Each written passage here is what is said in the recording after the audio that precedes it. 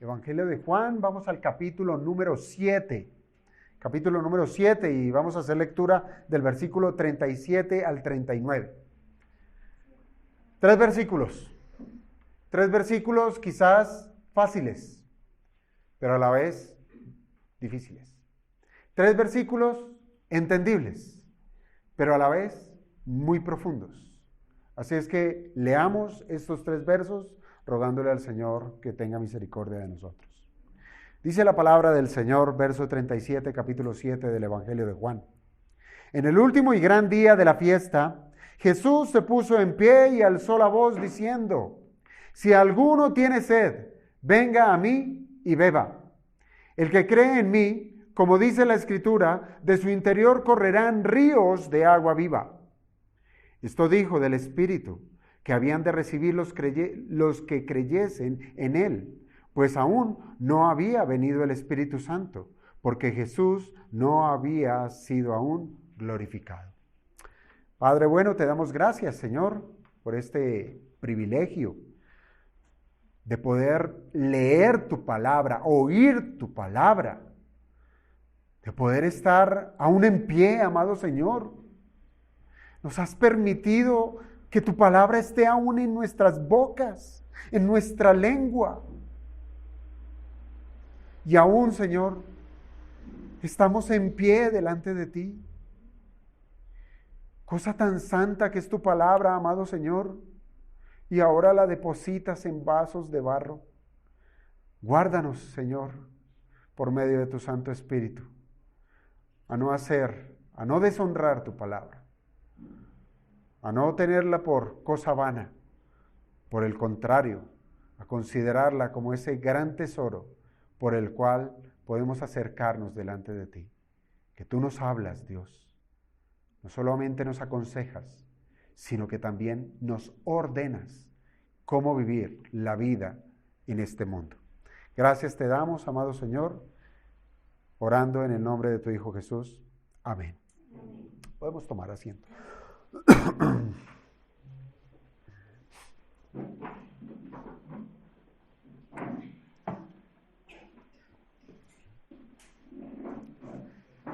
Muy bien. Ríos de agua viva. Pudiéramos titular este sermón. ¿Por qué? Porque así lo dice el texto. Ríos de agua viva. Pero previo a tocar el texto, quiero que tengamos en cuenta algunos detalles.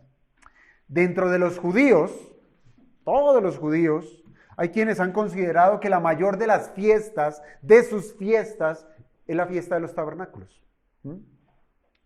Se trata de una fiesta de gran júbilo, pues allí se celebraba el cuidado de Dios para con el pueblo errante por el desierto. Además, la fiesta de los tabernáculos era la última fiesta del calendario judío. Era una fiesta que tenía gran pompa. Era una fiesta en donde, al parecer, se invertían muchos recursos. ¿Recursos en qué? Recursos en ofrendas, en sacrificios y demás. Y esta fiesta, hermanos, esta fiesta duraba 7 días. 7 días. Una fiesta que comenzaba con un día de reposo. Y para el 8º día, nuevamente era reposo. Durante los 7 días había bastante actividad en el templo, pues se ofrecían muchos sacrificios, sacrificios de animales, que día en día tenían una gradualidad. ¿Por qué?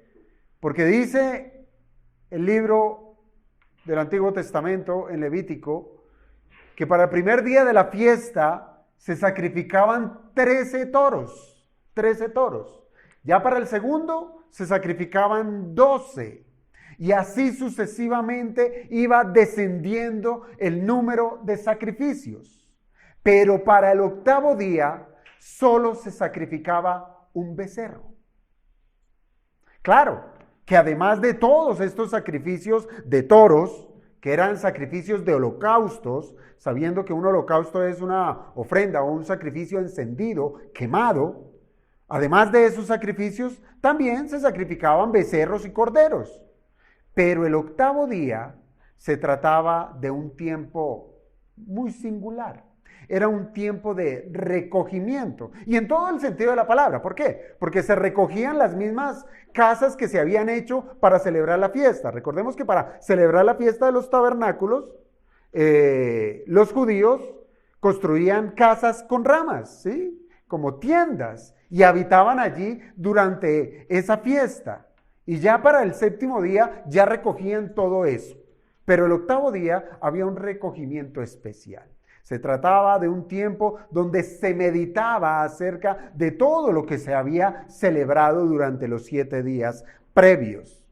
Se trataba de un día solemne, como lo dicen las Escrituras. Y aunque los oficios menguaban de una manera sustancial, bastante, aún en el octavo día se hacían sacrificios y libaciones. Yo creo que esa palabra libación puede llegar a ser hasta nueva, ¿cierto? ¿O alguno conoce qué es una libación? Bueno, una libación es una ofrenda líquida. Es una ofrenda líquida, de líquido. Usualmente es agua o es vino o también en algunos casos es una mezcla entre agua y vino. Pero es una ofrenda líquida que el sacerdote la derrama al pie del altar, donde se hacen los holocaustos. Esa es una libación. Y durante toda la fiesta de los tabernáculos, el sacerdote utilizaba una vasija de oro con la cual él recogía agua de uno de esos estanques que estaba muy cerca del templo, del estanque de Siloé. Nosotros ya habíamos escuchado acerca de otro estanque. ¿Se acuerdan cuál era? El de Betesda, ¿cierto? Pero ahora aquí se utiliza otro estanque, el estanque de Siloé. Y el estanque de Siloé es otra de esas piscinas que, como les digo, estaba cerca del templo. Más precisamente estaba hacia el sur del templo. Y era una piscina que era alimentada por una fuente subterránea de agua viva que venía debajo del monte donde estaba el templo. Algo muy particular y muy interesante. Ahora, el sacerdote tomaba el agua y junto con el pueblo, en una solemne procesión, bajaban hasta el estanque, tomaban allí el agua en esa vasija y regresaban al templo, y ahora sí, él la derramaba sobre el altar. Los primeros 6 días se hacía una sola procesión alrededor del altar. Pero para el séptimo día eran 7 las procesiones que se hacían. Era muy importante, era muy notorio ese rito que se hacía en el séptimo día. Ahora, esas procesiones eran una completa fiesta. Y recuerden, toda la fiesta de los tabernáculos era una fiesta de alegría y de gran gozo. Pero cuando llevaban el agua y hacían esa procesión, era una fiesta completa. Habían cantos, habían danzas, donde prácticamente se cantaba Isaías 12, versículo 3, el cual dice: sacaréis con gozo aguas de las fuentes de la salvación. Eso se cantaba. Era un tiempo de júbilo, Isaías 12:3. Se trataba de un cántico de acción de gracias, en donde se recordaba cómo el pueblo, estando allá en el desierto, y que por más que habían pecado contra Dios, el Señor grande, potente y misericordioso les suplió agua. Esa agua tan necesaria para una garganta sedienta. Y eso celebraban con estas ofrendas, con estas libaciones. Y ante este contexto, hermanos, ante este contexto de la fiesta y en esa particularidad de las libaciones, tenemos lo que Juan nos tiene por decir en los versículos 37 al 39 acerca de los ríos de agua viva. Y lo primero que yo quiero resaltar, y será el primer punto del sermón, es que Jesucristo es la fuente de agua viva. Él es la fuente de agua viva. Léalo usted en el versículo 39. Dice el verso 39. En el último y gran día de la fiesta, Jesús se puso en pie y alzó la voz diciendo: si alguno tiene sed, venga a mí y beba. Hermanos, es impactante lo que dice aquí el Señor Jesucristo. Mire, pero hay una cosa en particular, y es que dentro de los comentaristas bíblicos no hay un acuerdo, no hay un consenso cuando se considera cuál es ese gran día de la fiesta. Algunos dicen que es el séptimo día, otros dicen que es el octavo día. Cada uno, tanto el séptimo como el octavo día, cada uno de esos días pudiera llamarse el gran día de la fiesta. El séptimo pudiera ser, ¿por qué? Porque era el día, como les digo, donde se hacían esas 7 procesiones y era el último día en ir al estanque de Siloé. Pero también pudiera ser la referencia al octavo día. ¿Por qué? Porque el día de reposo era un día de gran solemnidad donde se terminaba todo el ciclo de las fiestas religiosas. Pero sea cual fuere, amados hermanos, sea cual fuere el día que se considera acá como el gran día de la fiesta, lo que Juan quiere resaltar con esa expresión es que se trataba de un día sumamente especial. Un día que resaltaba, un día que mostraba una majestad mayor. Y creo yo, amado hermano, que era de aquel día donde el corazón de todos los allí presentes había estado siendo moldeado por cada uno de esos actos ceremoniales que les recordaba tanto la fidelidad de Dios como la misericordia que recibieron a pesar de sus pecados. Terminaron la fiesta y dijeron: Dios es bueno, Dios es misericordioso, Dios nos ha saciado de bendición. Y nuevamente, ¿qué ocurre? Aquel que era resistido, aquel que era perseguido por sus palabras y por sus hechos, ahora puesto en pie, ¿qué hace? Habla nuevamente con voz potente y dice: si alguno tiene sed, venga a mí y beba. Esa expresión o esas primeras palabras que dice nuestro Señor Jesucristo, digo yo, hay que estar muy seguro de lo que se cree. Hay que estar muy seguro de lo que se cree para volver a hacer público su mensaje. Nadie se va a levantar a decir algo si no está convencido. Pero el Señor lo hizo. Y esta escena lo que nos muestra es una escena que está lejos de un evangelio temeroso. Está lejos de la figura de alguien que le tiemblan las piernas, que le tiemblan las rodillas porque no está seguro de lo que cree. Es un texto que nos enseña que la doctrina es digna de uno pararse firme y hablar con voz fuerte. Aunque la vida del Señor estaba en peligro, recuérdelo muy bien, estaba en peligro. Él no se retuvo para tomar la postura más evidente entre una multitud que al parecer yacía sentada. Piénselo así, la multitud sentada, ¿cuál sería la posición donde más se expone? Y es la de ponerse en pie. Es la de ponerse en pie. Todos sentados y uno se levantó. ¿Quién es ese? Pero no solamente se levanta, sino que nuevamente el texto griego nos dice que el Señor gritó. Eso es lo que nos dice el texto. El Señor gritó, es decir, alzó su voz para que nadie se quedara sin escuchar, óigame bien a esto, su propuesta de salvación. Una propuesta de salvación. Y alguien preguntará, ¿cómo? ¿Sus palabras eran una propuesta de salvación? ¿Cómo una sed saciada tiene que ver con la salvación? Hermanos, y atiéndame muy bien a esto.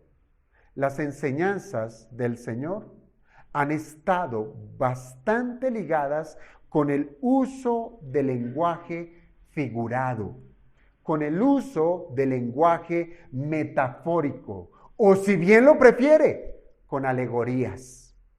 ¿Qué es eso de un lenguaje figurado? ¿Qué es eso de una alegoría? ¿Qué es eso de una metáfora? Hermanos, se trata de una forma literaria donde se utiliza una descripción simbólica con el propósito de expresar una enseñanza profunda.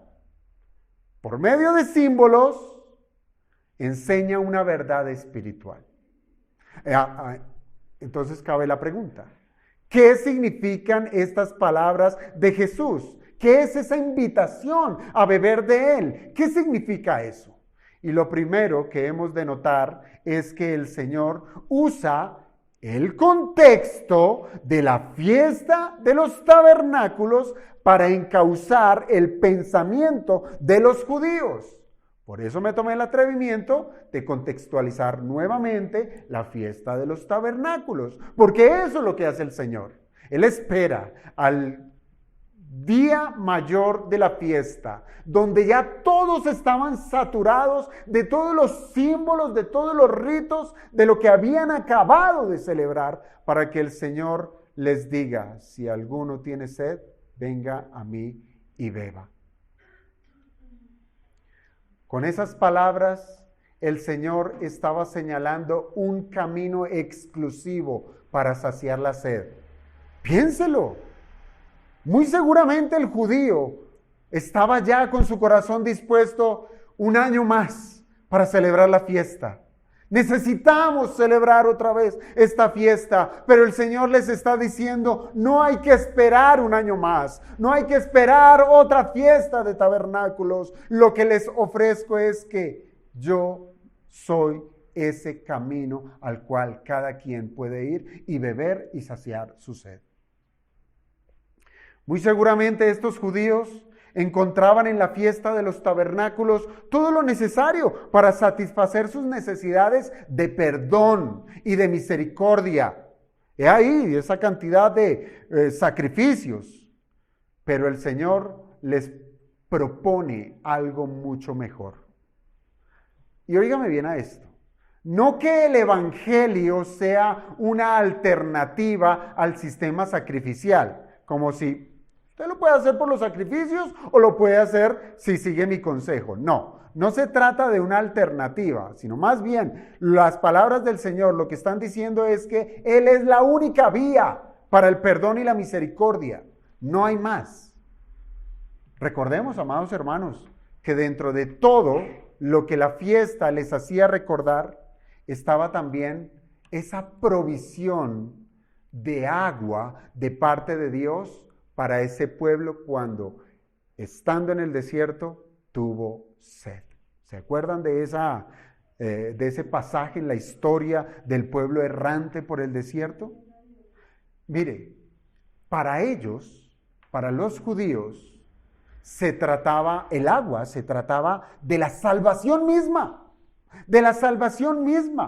pues el agobio que causa la sed es comparable con una muerte lenta. Mire, por ejemplo, yo aquí hablándoles, yo tengo que tomar bastante agua, porque necesito tomar agua, la garganta se me seca, pero esto no es nada. Piense usted en una temperatura sumamente alta, caminando bajo el sol, etc., aunque la nube les cubría, dice la Escritura, y tuvieron sed.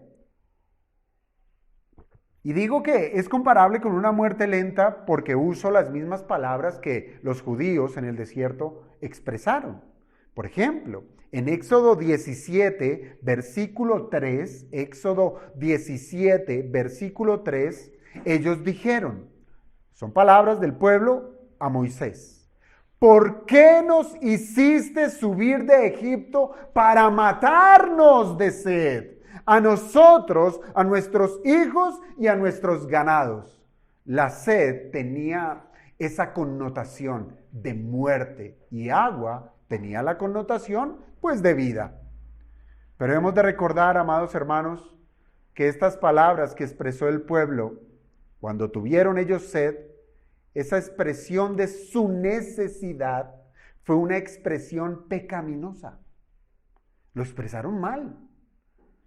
Yo les pregunto, ¿es legítimo tener sed? ¿Es legítimo expresar que tengo la necesidad de agua? ¿Es legítimo hacerlo como lo hicieron los judíos en el desierto? No, no lo es. Ellos expresaron su necesidad de una manera pecaminosa. ¿Y qué merece el pecado? Castigo, merece castigo. Pero ¿cómo obró el Señor en ese momento? Misericordia. Misericordia. El Señor en misericordia les dio de beber. Les dio de beber. Y la manera de hacerlo fue a través de una peña, una piedra grande, ¿sí?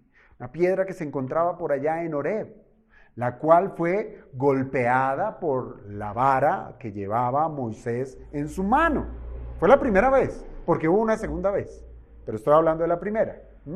Y de allí brotaron aguas, y de esas aguas el pueblo sació su sed, refrescó sus gargantas. Pero esto nos tiene que llevar al Nuevo Testamento, a lo que dijo el apóstol Pablo, a lo que su entendimiento iluminado por el Espíritu Santo, él llegó a decir a los Corintios en la primera carta, a los Corintios en el capítulo 10, versículo 4. Y fíjese que ese capítulo 10 comienza diciendo, cuidado con el ejemplo que nos dejaron nuestros padres. Y dentro de ello tenemos ese versículo 4, que se refiere precisamente a esa escena en el desierto cuando Dios les proveyó el agua a este pueblo que había murmurado. Primero los Corintios 10, versículo 4. Y todos bebieron de la misma bebida espiritual, porque bebían de la roca espiritual que los seguía. Y la roca era Cristo. Miren, hermanos, ¿qué tenemos acá? Y aquí hago un paréntesis. Tenemos lenguaje metafórico. No podemos satanizar el lenguaje metafórico, porque el Señor Jesucristo habló en lenguaje metafórico y Pablo aquí nos ayuda a entender ese lenguaje metafórico para comprender que Cristo es la fuente de agua viva. Cierro mi paréntesis. Y esto es lo que Jesús les quiso decir a los judíos puesto en pie. Prácticamente sus palabras eran, yo soy la fuente de agua que sacia la sed. ¿Cuál? La del alma. La sed del alma. Mire, y dos cosas debemos saber, hermanos, acerca de esto. Y la primera es que la sed de la que Jesús está hablando es una sed espiritual y no física. ¿Sí? No es, ay, tengo sed, Señor, dame una botella de agua. No es eso. No es eso. Está hablando de una sed del espíritu, una sed que es del interior del hombre, no una sed física. Y en segundo lugar, debemos saber que Jesús es el origen de la bendición que sacia la sed. ¿Quién es el origen? Jesús, Jesucristo. Hermanos, cuando nosotros hablamos de la sed espiritual, hemos de considerar que la sed espiritual que todo hombre tiene es la propia de un espíritu que está muerto en sus delitos y pecados. Eso es sed. Esa es la sed espiritual. Estar muerto en delitos y pecados. Es una persona que cada vez que obra y obra y obra y obra, lo que produce es pecado, pecado, pecado, pecado. Y eso es sed espiritual. Cada vez más necesitado de Dios. Podemos decir con seguridad que absolutamente todos los seres humanos padecen de esa necesidad. Todos. No hay ninguno sobre la tierra que pueda decir, no necesito. Y atiéndame esto. Una cosa es que esa persona pueda decirlo, porque lo puede decir, no necesito. Pero la realidad es otra. La realidad es que sí necesita, tiene sed. Está su alma necesitada del agua de Cristo. Desde que nacen, están expresando que tienen sed.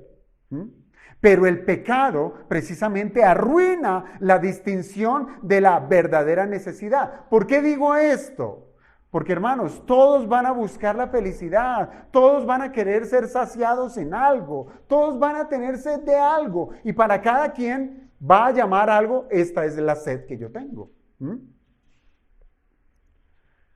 Pero van a buscar la felicidad en estanques que están rotos, en estanques que están secos. Y si pudieran exprimir alguna gota de satisfacción que este mundo les ofrece, que dijeran, no, el mundo me trajo satisfacción en esto que tanto deseaba y que tanto necesitaba, hermanos, no alcanzan ningún grado de satisfacción. Pasará un corto tiempo cuando vuelvan a tener sed, necesidad. Cualquier posesión, cualquier riqueza, cuando se obtiene, bastará con un poco de tiempo para que eso ya no les satisfaga. Y es natural, ¿no? Nos pasa. Compra el teléfono, está engolosinado con su nuevo teléfono y al pasar el tiempo ya miró otro. Y así con todo, hermanos, con la ropa, con la casa, con el carro, con cosas que son, uno puede decir, legítimas, no propiamente pecaminosas. Pero como el pecado no está en las cosas, sino el pecado está en el corazón del hombre, es allí donde se empieza a anidar precisamente esas expresiones de sed. Así es que no necesariamente, hermanos, podemos pensar en situaciones pecaminosas cuando hablamos de sed. Por ejemplo, cada quien puede desear un mejor trabajo. ¿O está mal? ¿Desear un mejor trabajo? Lo necesito. Necesito un mejor ingreso, ¿sí? Necesito una mejor ubicación. Necesito un trabajo que no me ocupe el domingo. Es lícito, ¿verdad? Tiene sed por una necesidad legítima. O pensar en una casa, o pensar en cosas que no están mal. Pero el problema no está allí. El problema está en la verdadera necesidad. En la verdadera necesidad. Pues cada vez que una persona alcanza una meta, lo primero que se viene a un corazón caído, a un corazón pecaminoso, es el descontento. Viene el descontento. Usted logró la meta y ya descontento. Necesita otra cosa mayor. Así es que el problema no se solucionó con el carro nuevo, no se solucionó con cualquier novedad en esta vida. Más bien, el resultado expresa que hay un vacío. ¿En dónde? En el corazón. En el corazón. Tiene un corazón insaciable. Un corazón que a muchos los ha llevado, sí, a pecar. Los ha llevado a codiciar lo que no es de ellos. Los ha llevado a robar. Los ha llevado a desear la mujer que no le corresponde. Los ha llevado a los que se han casado, que su matrimonio ya les aburre y corren a buscar una nueva relación. Hay quienes desean desesperadamente una satisfacción para su carne y corren por los caminos de la trampa y de la mentira, por caminos fáciles, aparentemente. Y allí vemos al hombre deambular de pecado en pecado, con la mentirosa promesa de ser satisfechos, porque eso es lo que hace el pecado. El pecado es horrendo. Piénselo en lo más horrendo que usted pudiera hacerse a la imagen en su cabeza, pero en papel regalo. Así es el pecado. Se ve atractivo, se ve apetecible, usted lo desea, lo ansía, pero cuando usted lo abre, ahí viene el desconcierto. Y así es lo que pasa. Viene la mentira, viene la trampa, viene una cantidad de insatisfacciones. Será, sí, una satisfacción, pero momentánea. Es como alguien lo dijo, es como agua entre los dedos. Bueno, yo sé que cuando uno cierra la mano así, se hace un cuenquito y usted puede tener agua. Pero piense usted sediento y trata de beber agua y toda el agua se le vaya por entre los dedos. No logra la satisfacción. Así es que escuchen muy bien, amados hermanos, el llamado que hace el Señor. Si alguno tiene sed, me dio sed. Si alguno tiene sed, dijo el Señor. Y naturalmente, hermanos, todos los hombres tienen sed. Todos los hombres tienen sed. Pero la pregunta es, ¿todos los hombres son conscientes de su sed? ¿Todos los hombres son conscientes que espiritualmente están en necesidad? Hermanos, solo aquellos que están convencidos que tienen sed, vendrán a Cristo y beberán de sus aguas. Así es. No piense en que usted por sí mismo va a poder ir a rogar por agua. Debe ocurrir algo, porque nosotros, en nuestra naturaleza caída, siempre vamos a tener ese criterio de no necesito de nada, no necesito de nadie. ¿Sí? Yo estoy bien. Por más de que uno esté en la situación más difícil, pero el orgullo y la prepotencia del hombre lo lleva, no necesito, ¿sí? Pero todos los hombres tienen sed, pero ha de estar plenamente convencido que tiene una sed mayor y es la sed de su alma. Ahora, lo que nos lleva al texto es que no hay otra fuente de agua que pueda saciar la sed que produce el pecado. Solo hay una fuente, ¿sí? Solo Cristo es quien perdona pecados. ¿Y esto es por qué? Porque Él es Dios. Él es Dios. Y eso es lo que ha venido haciendo Juan en su evangelio, presentando a Jesucristo como Dios. Como Dios. Ese es su gran propósito. Que todos crean que Jesucristo es Dios. Y ahora el Señor Jesucristo, ¿qué es lo que hace? Yo soy la fuente que puede saciar la sed que ha producido una vida de pecado. Y si Cristo es Dios, Dios no se contradice, ¿verdad? Él no se contradice.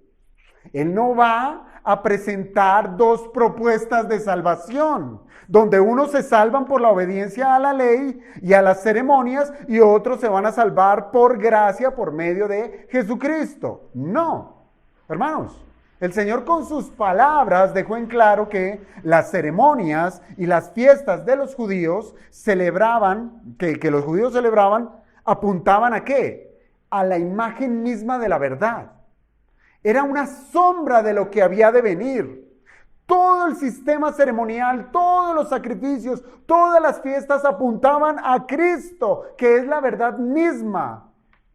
Y es que en Cristo está la salvación que trae la verdadera felicidad que el hombre necesita.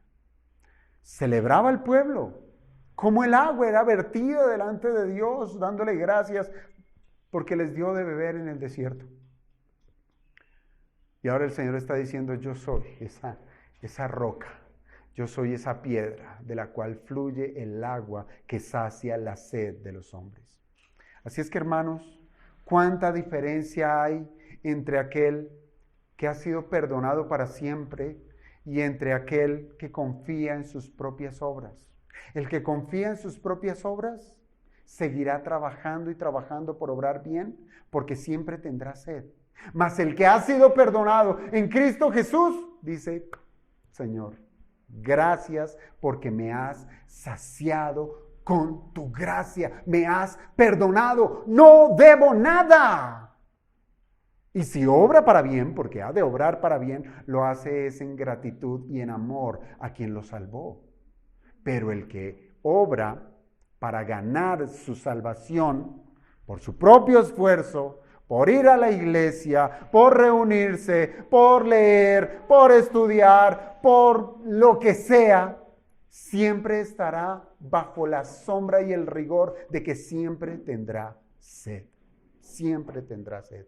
Y Cristo es la única fuente donde podemos ser saciados. Por eso, amados hermanos, es tan importante nosotros como iglesia cristiana, es estudiar todo a la luz de Cristo, porque la Biblia entera nos guía es a Cristo. Uno no puede encontrar un tema diferente que sea Cristo profetizado, Cristo proclamado, Cristo hecho carne, Cristo glorificado, Cristo el juez.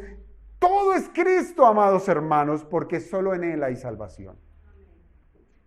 Pero el asunto no queda allí, pues todo aquel que ha venido a Cristo es transformado para que de sí mismo corran ríos de agua viva. Yo creo que este es el corazón de lo que el Señor quiso enseñar. Es decir, y lo pongo para que ustedes, si están tomando nota, este será el segundo punto del sermón. De beneficiario a benefactor. De beneficiario a benefactor. Y esto lo encontramos en el versículo 38. Fíjese usted lo que dice. ¿Qué quiero yo decir con este título? Verso 38.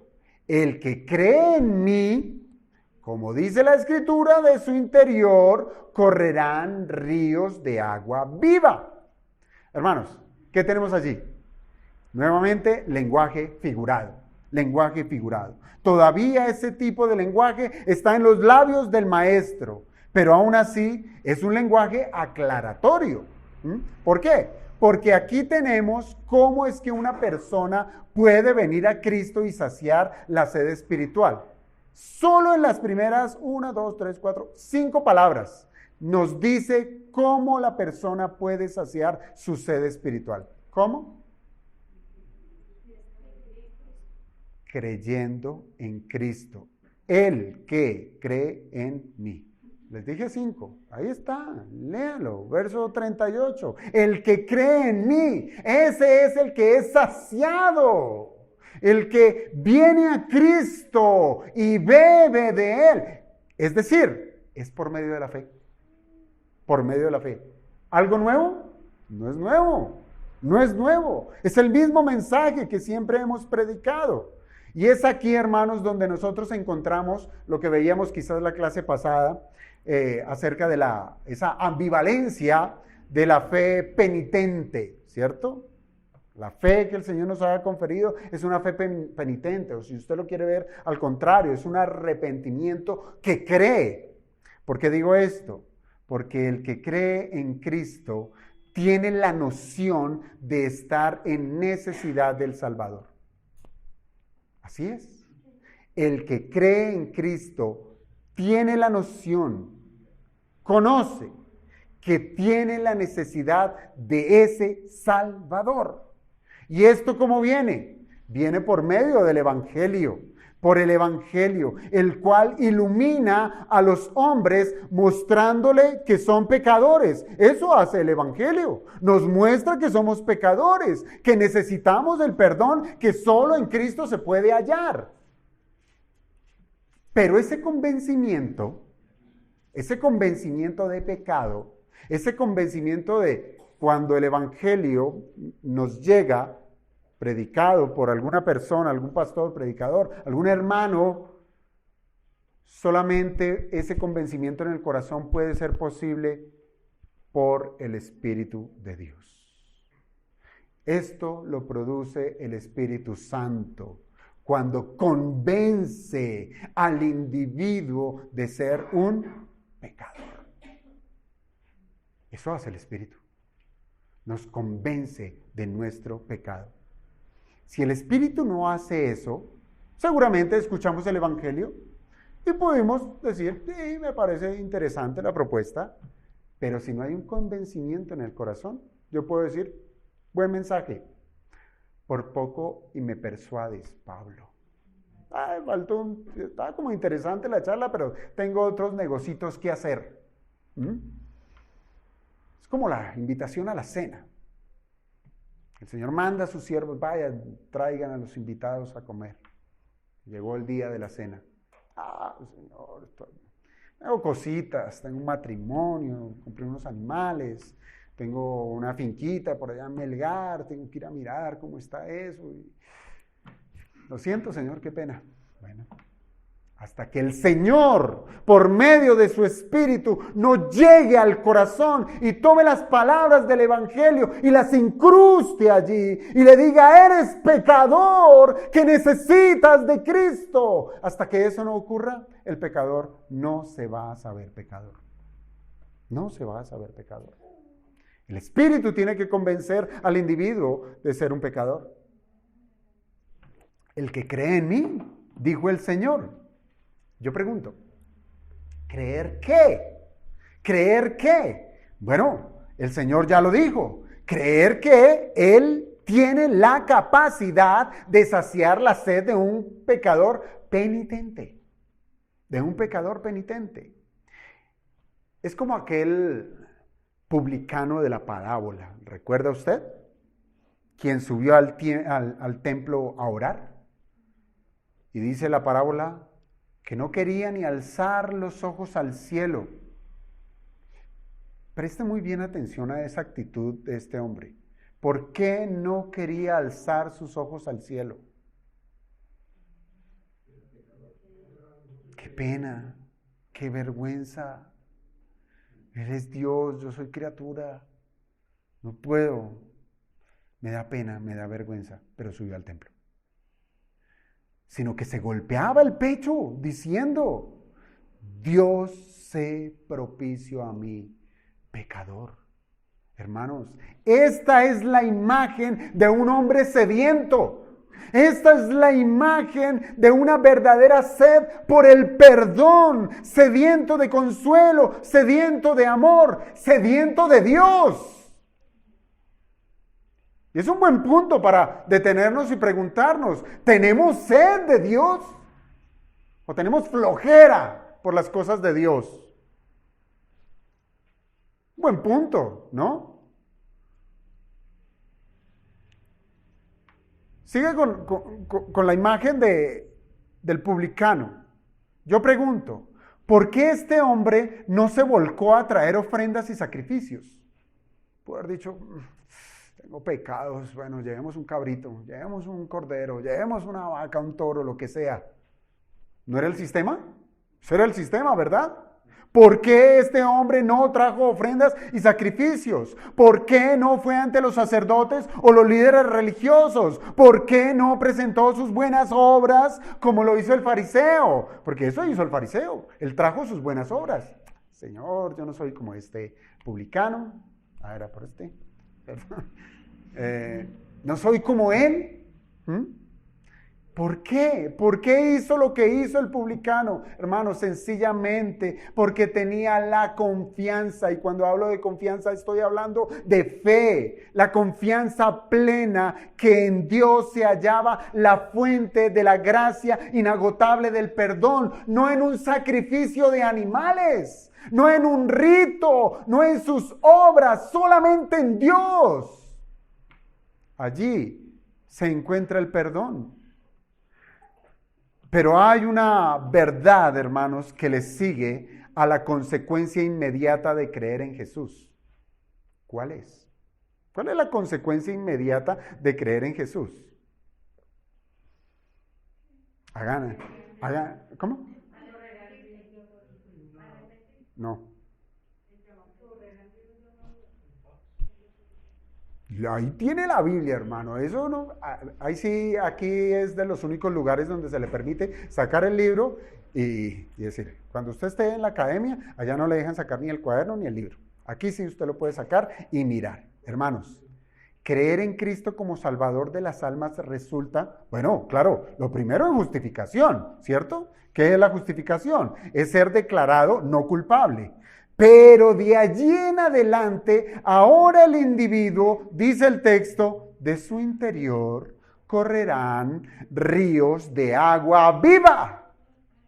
Esto es lo hermoso, hermanos. Esto es lo hermoso. Esto es lo que hace distinto a un creyente verdadero a los que profesan una fe solamente de labios.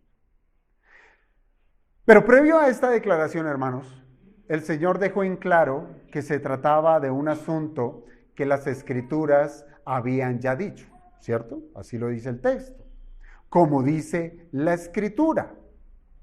Ahora, no se trata de un texto literal como algunas veces ocurre.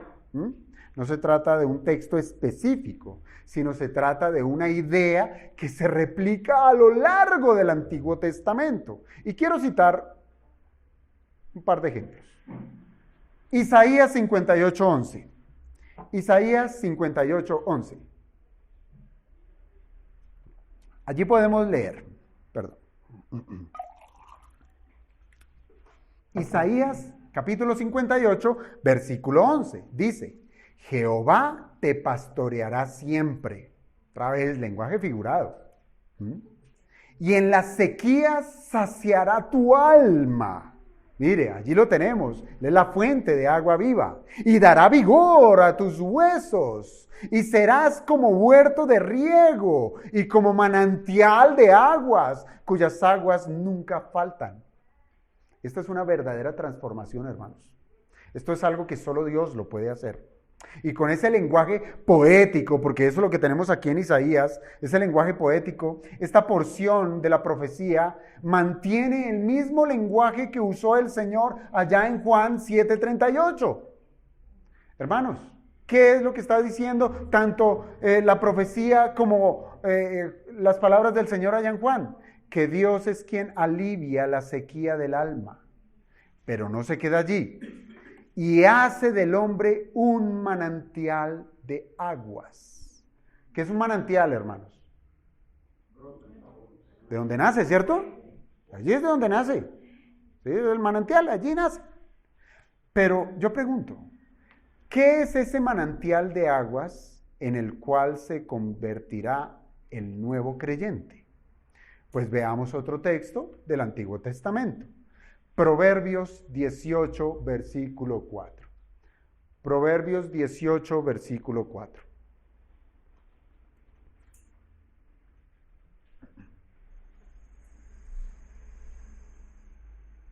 Dice la palabra: aguas profundas son las palabras de la boca del hombre.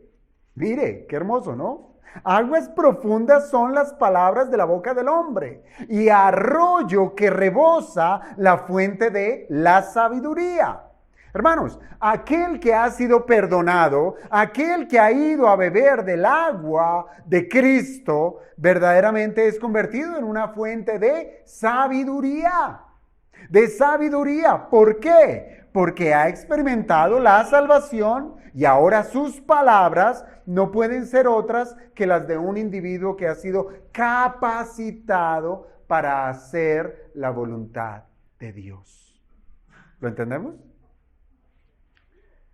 Es como lo dijo Job, otro texto del Antiguo Testamento, Job 32. Y esto lo cito precisamente para demostrar que el Señor es fiel, es verdadero, cuando Él dijo, como dice la Escritura. Job 32, versículos 18 y 19. Dice allí: porque lleno estoy de palabras y me apremia el espíritu dentro de mí. De cierto, mi corazón está como el vino que no tiene respiradero y se rompe como odres nuevos. Hermanos, Job dijo, y me apremia el espíritu dentro de mí. Piénselo.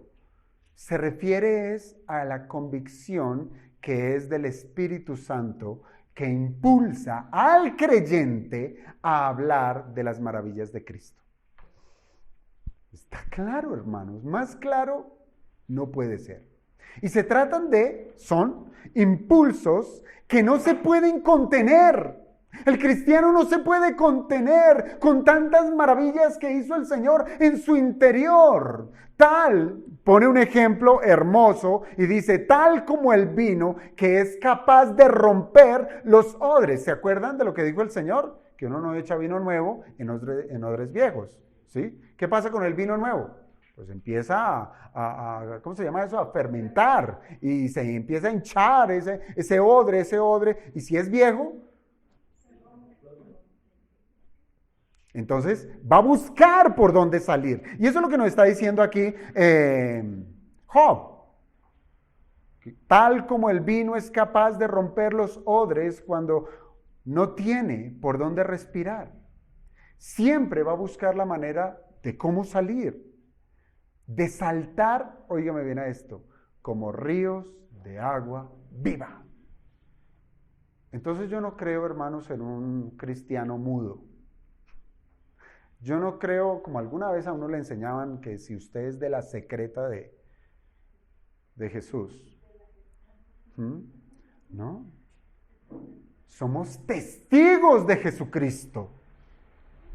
Somos cartas abiertas donde el mundo nos debe y nos puede leer. A la luz de lo que Jesús está diciendo, hermanos, no puede haber ningún cristiano que cierre su boca para testificar de Cristo. Eso no existe. No existe. Sería algo ilógico, algo que va en contra de su nueva naturaleza. Sería como si no tuviera ningún impulso motivador que le hiciera abrir su boca para hablar de la hermosura de Jesucristo. El Señor alguna vez dijo, de la abundancia del corazón, ¿qué? Habla la boca.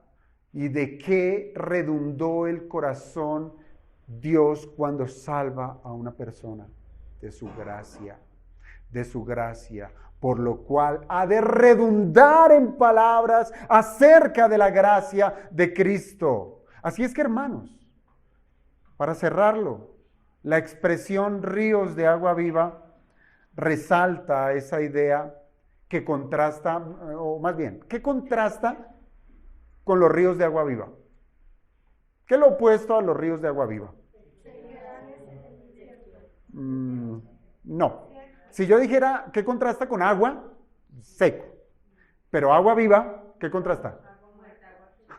Agua mojada. ¿Quién dijo agua mojada?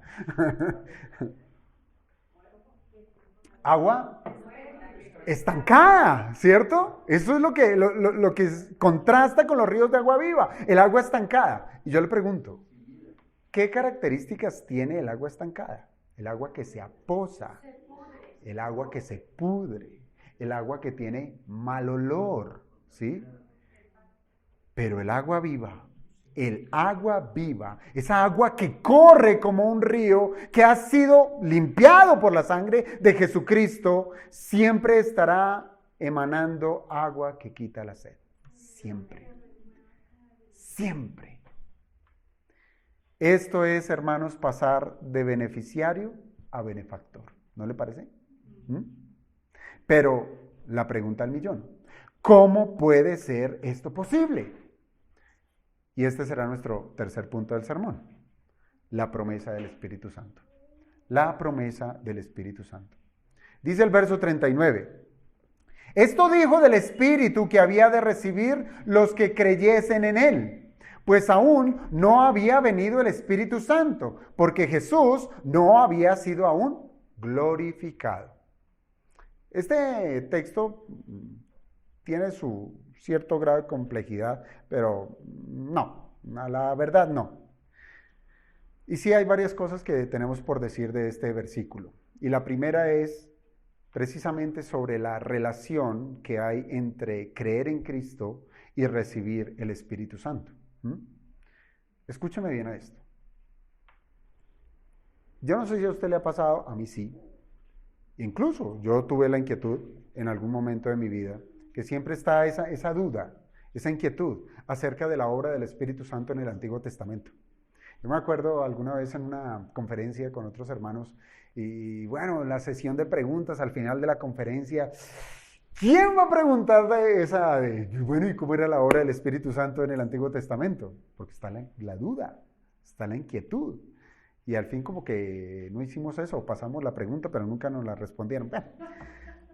Entonces, pero está esa inquietud acerca de la obra del Espíritu en el Antiguo Testamento. Y yo lo que tengo por decir, hermanos, es que no podemos dudar que para ser salvo la obra de la tercera persona de la Trinidad es fundamental. Es fundamental, el Señor lo dijo.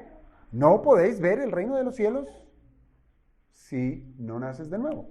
Se lo dijo a Nicodemo. Y después le dice, ¿cómo es el nacer de nuevo? Que esto solamente es posible por la obra del Espíritu, una obra misteriosa. Y por eso es que digo que nadie puede llegar a la salvación si el Espíritu Santo no hace su parte. Pues es Él, el Espíritu, quien renueva el espíritu de una persona. Cuando digo renovar, lo que estoy diciendo es eso. Le hace nacer de nuevo. Le da vida. Esa es la obra que hace el Espíritu inicialmente. Y entienda esto. Todo aquel, óigalo, todo aquel que cree en Jesús es sellado con el Espíritu Santo de la promesa. Todo. Tanto los del Antiguo como los del Nuevo Testamento. Así ha sido siempre. No hay manera, hermanos, que un cristiano que ahora es gobernado por Dios, por medio de su Espíritu, pueda tener intermitencia de la presencia del Espíritu Santo en su vida. Porque hay quienes piensan de esa manera. Dicen que en el Antiguo Testamento el Espíritu Santo llegaba, hacía su función, salvaba, iba y se iba, iba y se iba. Los defensores de esto, digo yo, están sentando su posición es frente a un concepto de las obras. Es una salvación por obras, porque si peca, el Espíritu se va. Pero si se porta juicioso, el Espíritu ahí viene. Eso es obras, ¿cierto? Eso es obras. Ahora, los defensores de esta teoría han tomado textos como, por ejemplo, la oración de arrepentimiento del rey David en el Salmo 55, ¿sí? Salmo 55 es ese salmo penitencial de David. Y mire que en el verso 11 del Salmo 55, las palabras de David son estas. No me eches de delante de ti y no quites de mí tu Santo Espíritu. Es decir, entonces lo puede quitar, claro, David había pecado, ¿sí? Si no quites tu espíritu, ¿sí? No lo quites. Pero textos como estos, hermanos, no significan que el espíritu se fuera del creyente. Más bien tienen que ver con el asunto de lo que puede pasar cuando un creyente peca. ¿Qué ocurre cuando un creyente peca? Y es que el Espíritu Santo puede ser contristado. Contristado. Lo dijo el apóstol Pablo, trayendo más luz a esta cuestión, cuando él dijo en el capítulo 4, versículo 30 de la carta a los Efesios. No contristéis al Espíritu Santo de Dios, con el cual fuisteis sellados para el día de la redención. Ya fueron sellados, ya lo tienen, ya vive con ustedes. Hermanos, la desobediencia en el creyente, que no es otra cosa que resistirse a la voluntad de Dios, eso es desobediencia. Cuando el creyente desobedece, resulta en el rechazo de la obra santificadora del Espíritu Santo, mas no del abandono del Espíritu Santo. No se va, Él no se va.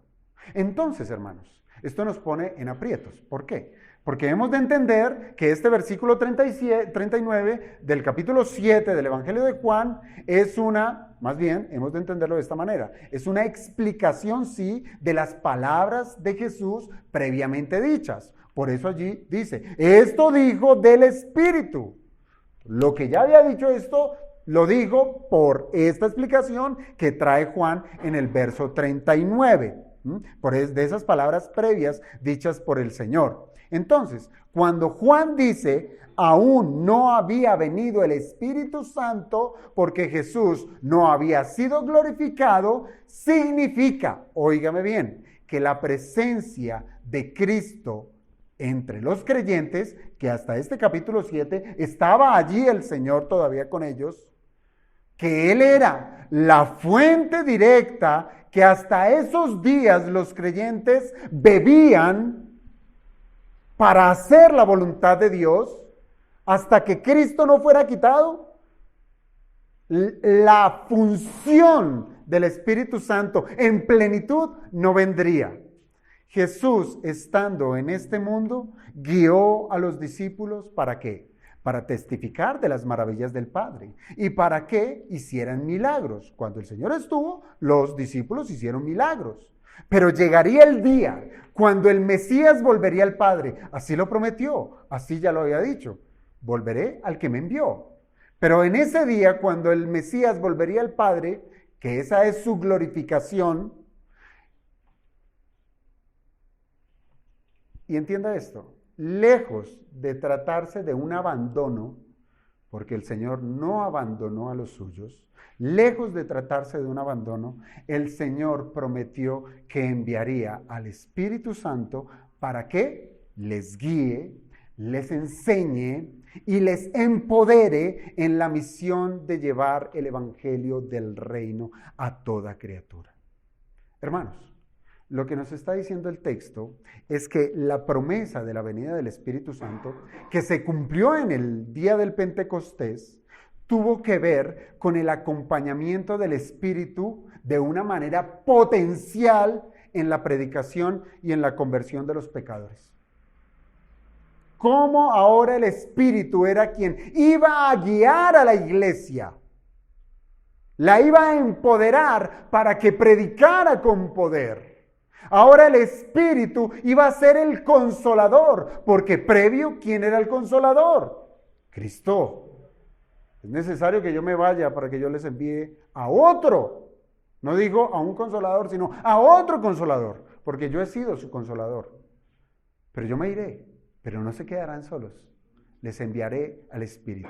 Es una expresión mayor en donde el Espíritu sería desatado para actuar en medio de la iglesia, en medio de los creyentes. Y efectivamente eso sucedió. Se vio manifiesto en la predicación y en la conversión. Porque en ese día de Pentecostés, cuando fue derramado el Espíritu Santo sobre los creyentes, Pedro fue empoderado por el Espíritu Santo. Y en aquel día creyeron, ¿cuántas? 3,000 almas. 3,000 almas. Hermanos, se trató de una medida mayor de influencia del Espíritu y que ahora acompaña a todos los creyentes para que de cada quien, de su interior, corran ríos de agua viva. ¿Lo entendemos? Bien. ¿Qué podemos concluir?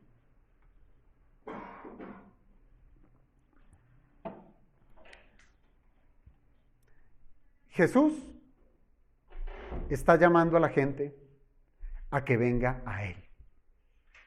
Es a Él, no a un rito, no a una religión, no a un culto, nada de eso. Él está llamando a la gente que venga a Él y encuentre ¿qué? El perdón de sus pecados. Y esto, hermanos, resulta en dicha y en una bienaventuranza para todo aquel que viene a Jesucristo. Pero si continúa la persona aferrándose a los rudimentos del culto, sin darse cuenta que solamente eran una sombra de la imagen de Cristo, jamás podrán alcanzar la satisfacción de su sed. Porque siempre van a necesitar es el culto, el rito. Van a necesitar la religión. Van a necesitar un templo. Van a necesitar un sacrificio. No van a necesitar a Cristo. El llamado es más que claro, hermanos, y es que abandonemos cualquier intento por hacer de la religión o del buen obrar un medio por el cual seremos justificados delante de Dios. El Señor se levantó de en medio y dijo, vengan a mí. No den más vueltas. No den más vueltas, no vayan a Siloé a sacar agua. Vengan a mí, que yo soy la fuente. Yo les daré de beber. Y son las mismas palabras prácticamente que le dijo el Señor a la mujer samaritana, ¿verdad? Pero fue un encuentro personal, privado, por así decirlo. Pero ahora el Señor no se contuvo, porque el Señor fue lleno del Espíritu Santo. Y ahora lo hizo público. A pesar de que estaba siendo perseguido. A pesar de que lo iban a matar. No importó. Exclamó su bendición hacia los demás. Y espero, hermanos, que en cada intento por hacer de las buenas obras su camino de salvación, estas palabras del Señor hoy resuenen en sus conciencias. Si alguno tiene sed, venga a mí y beba. A Jesucristo, no a otro lugar. Todo aquel que cree en Cristo, cree que en Él se encuentra la misericordia, se encuentra la piedad y el perfecto perdón de pecados. Solo en Cristo. Ahora, segundo lugar, de lo que ha recibido, eso mismo dará el cristiano, el creyente. Y no podrá contenerse, hermanos, no podrá, porque la virtud de la salvación se convierte en una proeza que no se puede abrazar de manera egoísta. Un cristiano que diga, puede llegar una persona a sopesar y decir, uy, qué bueno, la salvación es mía, no la comparto. No, eso no es genuino. El cristiano no es egoísta. Por el contrario, va a querer que otros puedan ser saciados en su sed espiritual. Y esto es un llamado de atención a cada uno de nosotros. El cristiano tiene mucho de qué hablar, mucho de qué hablar, mucho que compartir, tiene mucho que testificar, pero no se trata de un actuar que nace de la naturaleza del hombre, porque si es por la fuente del hombre, es una fuente seca, que no tiene nada para dar. Por el contrario, se trata es de una fuerza interior que antes no tenía y que ahora lo impulsa a hablar de Cristo, el Espíritu de Dios morando en el creyente. Así es que el cristiano, hermanos, el cristiano irá por el mundo, sea su casa, sea su barrio, sea su iglesia local, pero siempre teniendo una palabra que refresca. No palabras de su propia sabiduría, sino palabras que redundan en la sabiduría divina. Y cierro con esto. Tendrá un buen consejo para quien lo pida, o una palabra de aliento para los débiles, o también una palabra de exhortación para aquellos que han torcido su camino. Pero siempre tendrá algo que dar. Y aunque la salvación no sea de los hombres, el evangelio siempre estará en la boca del creyente.